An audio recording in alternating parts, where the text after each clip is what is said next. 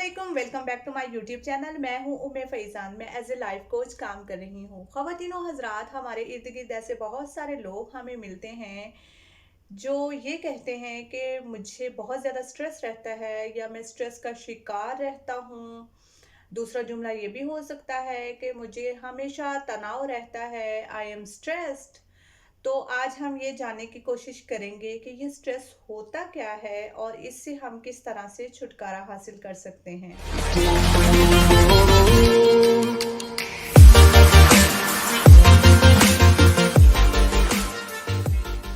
Stress दरअसल हमारे जिस्म का एक तरह का रद्द-ए-अमल होता है जो माहौल में किसी भी तब्दीली की सूरत में हमारी बॉडी रिएक्ट करती है, उसको हम स्ट्रेस का नाम देते हैं। स्ट्रेस हमारे इंटरनली कॉन्फ्लिक्ट की वजह से भी हो सकता है और माहौल में बाहर की दुनिया में भी तब्दीली की वजह से भी हम स्ट्रेस में मुब्तला हो सकते हैं। मिसाल के तौर पे कुछ लोगों को आदत होती है कि वो हर चीज़ में परफेक्शन चाहते हैं, वो खुद परफेक्ट नज़र आना चाहते हैं, चीज़ें उन्हें 100% चाहिए होती हैं और जब कोई चीज़ उनकी मर्ज़ी के मुताबिक नहीं होती तो वो स्ट्रेस में मुब्तला हो जाते हैं। इसी तरह कुछ लोगों में सेल्फ एस्टीम की कमी होती है और अगर उन्हें थोड़ी-सी भी बात उनकी मर्ज़ी के खिलाफ सुनने को मिल जाए तो वो परेशान हो जाते हैं। अगर हम अपनी ज़िंदगी का ओवरऑल जायज़ा लें तो हमारी ज़िंदगी रोज़ बरोज़ बदल रही होती है, कुछ भी एक जैसा नहीं हो रहा होता। देखिए, कहीं हम इम्तिहान देने जा सकते हैं, हम शायद नई जॉब स्टार्ट कर रहे हों या फिर अपना कारोबार कर रहे हों, नए रिश्ते में बंध रहे हों, हमारे घर नया बच्चा आ रहा होगा या फिर हमारे इन-लॉज़ के अंदर हमारी फैमिली मैनेजमेंट में हमारे कॉन्फ्लिक्ट हो सकते हैं। हमारे माशी हालात में ऊंच-नीच की वजह से हमें परेशानी हो सकती है। हमारे वर्क प्लेस पे हमारी मुख्तलिफ चीज़ें होती हैं जिसमें बॉस को गुस्सा करना या फिर काम का बोझ बहुत ज़्यादा होना, अपने कोलीग्स के साथ अनबन हो जाना, ये बहुत सारे एक्सटर्नल हमारे स्ट्रेसर हैं जिनकी वजह से लोग स्ट्रेस का शिकार हो जाते हैं। ऑब्जर्वेशन में ये बात भी आती है कि बहुत सारे लोगों ने गैर ज़रूरी स्ट्रेस पाला हुआ होता है, उसकी बज़ाहिर कोई वजह नहीं होती लेकिन उन्होंने अपनी ज़ात के ऊपर उसको हावी किया होता है। तो यहाँ पर ये बात समझने की, बताने की, सिखाने की ज़रूरत होती है।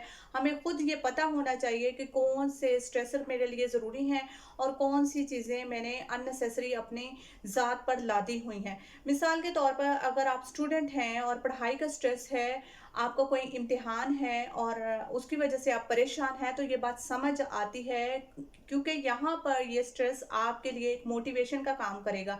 इसी तरह से अगर आपकी कोई डेडलाइन है, कोई अपॉइंटमेंट है, कोई आपने प्रेज़ेंटेशन देनी है, कोई असाइनमेंट सबमिट करनी है, तो यहाँ पर स्ट्रेस आपके लिए एक मोटिवेशन का काम करता है ताकि आप बेहतर तरीके से परफ़ॉर्म कर सकें। लेकिन अगर आपकी किसी काम पर कोई ज़िम्मेदारी नहीं है और उस काम को ज़बरदस्ती आपने अपने ज़िम्मा लिया हुआ है और उसकी वजह से आप स्ट्रेस हो रहे हैं, तो यहाँ पर आपको सोचने की ज़रूरत है। किस तरह से सोचने की ज़रूरत है?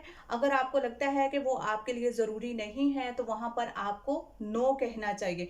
मिसाल के तौर पर एक खातून खाना है जो घर के किचन में मसरूफ़ हैं, छोटा बच्चा है और वो रो रहा है, वो अपने बर्तन धोने में मसरूफ़ हैं, वो पहले ही परेशान है। ऐसे में कोई दूसरी नंद-भवज आती हैं और कहती हैं कि मेरे कपड़े इस्त्री कर दें, तो यहाँ पर बजाय उसको मना करने के बहुत सारी ख़वातीन जो हैं वो उस चीज़ की हामी भर लेती हैं कि वो करेंगी और फिर खुद ही खुद में कुढ़ती रहती हैं और परेशान होती रहती हैं और अपने आप को स्ट्रेस में मुब्तला कर लेती हैं। क्योंकि बच्चा भी रो रहा है, बर्तन भी धोने हैं, कपड़े भी इस्त्री करने हैं, तो बहुत सारे काम इकट्ठे होकर उनको स्ट्रेस की वजह बनता है। तो यहाँ पर हमें नो कहना आना चाहिए। जब हम दूसरों को नो कहते हैं तो हम एक गैर ज़रूरी ज़िम्मेदारी से अपने आप को आज़ाद कर लेते हैं। दुनिया आई है, बहुत सारे लोगों की ज़िंदगी में जैसे कोई रूटीन ही नहीं रही।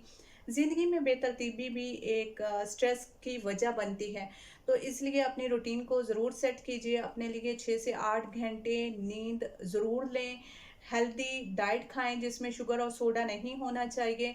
अपने लिए एक्सरसाइज़ का बंदोबस्त ज़रूर करें, खुद को वॉलंटियर कामों में शामिल करें।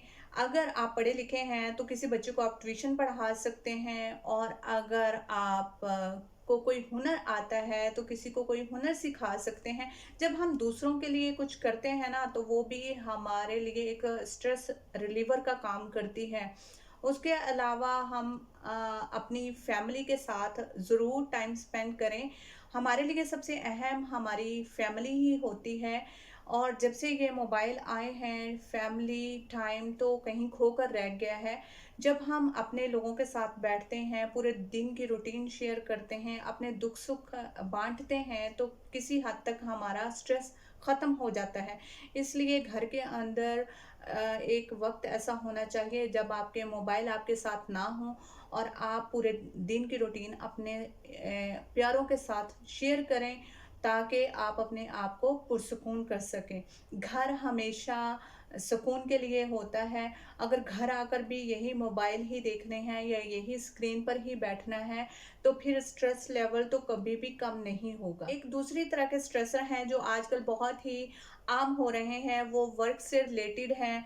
वो कंपनी के कुछ अंदरूनी कल्चर की वजह से हो सकता है, बॉस का रवैया हो सकता है, किसी कोलीग के साथ कोई अनबन हो सकती है। तो ऐसी सूरत में अगर आपके लिए मुमकिन है कि आप अपनी पोज़ीशन या जगह चेंज कर सकते हैं, तो उसके लिए कोशिश करें। अगर वो भी पॉसिबल नहीं है, तो कुछ दिन के लिए आप ब्रेक ले सकते हैं, छुट्टी पर जाएँ, खुद को नेचर के साथ कनेक्ट करें। जब हम कुदरत के मनाज़र को देखते हैं, तो वो भी हमारे अंदर एक सुकून पैदा करती है। अगर हम ये सारी चीज़ें करने के बाद भी खुद को बेहतर महसूस नहीं कर पाते हैं, तो हम किसी रिश्तेदार, किसी बहन-भाई, किसी दोस्त, अपने किसी फैमिली मेंबर से अपने लिए मदद तलब कर सकते हैं। हो सकता है कि वो हमें कुछ इस तरह के मशवरे दें जो हमें स्ट्रेस से बाहर निकलने में मददगार साबित हों। उसके अलावा अगर हम एज़ ए जनरल बात करें, तो स्ट्रेस अपने तौर पर कोई भी बीमारी नहीं है। लेकिन अगर स्ट्रेस को मैनेज करना ना सीखा जाए या इसको ट्रीट ना किया जाए, तो फिर ये आगे बहुत सारे नफ्सियाती मसाइल के साथ-साथ फ़िज़िकल बीमारियों को भी लीड करता है, जैसे डिप्रेशन, एंग्ज़ायटी, दिल की बीमारियाँ, मैदे के मसाइल या फिर शुगर वग़ैरह। तो अगर आप अपने तौर पर ये सारी कोशिशें कर चुके हैं और आपको कोई भी सुकून महसूस नहीं हो रहा, तो आपके लिए ज़रूरी है कि किसी प्रोफ़ेशनल की मदद लें। अगर आप मुझसे किसी तरह के इंडिविजुअली सेशंस लेना चाहते हैं या मशवरा करना चाहते हैं, तो आप मेरे नीचे दिए गए नंबर पर आप मुझसे राब्ता कर सकते हैं। मिलते हैं एक नए टॉपिक और एक नई वीडियो के साथ। अपनी दुआओं में याद रखिएगा। अल्लाह हाफ़िज़।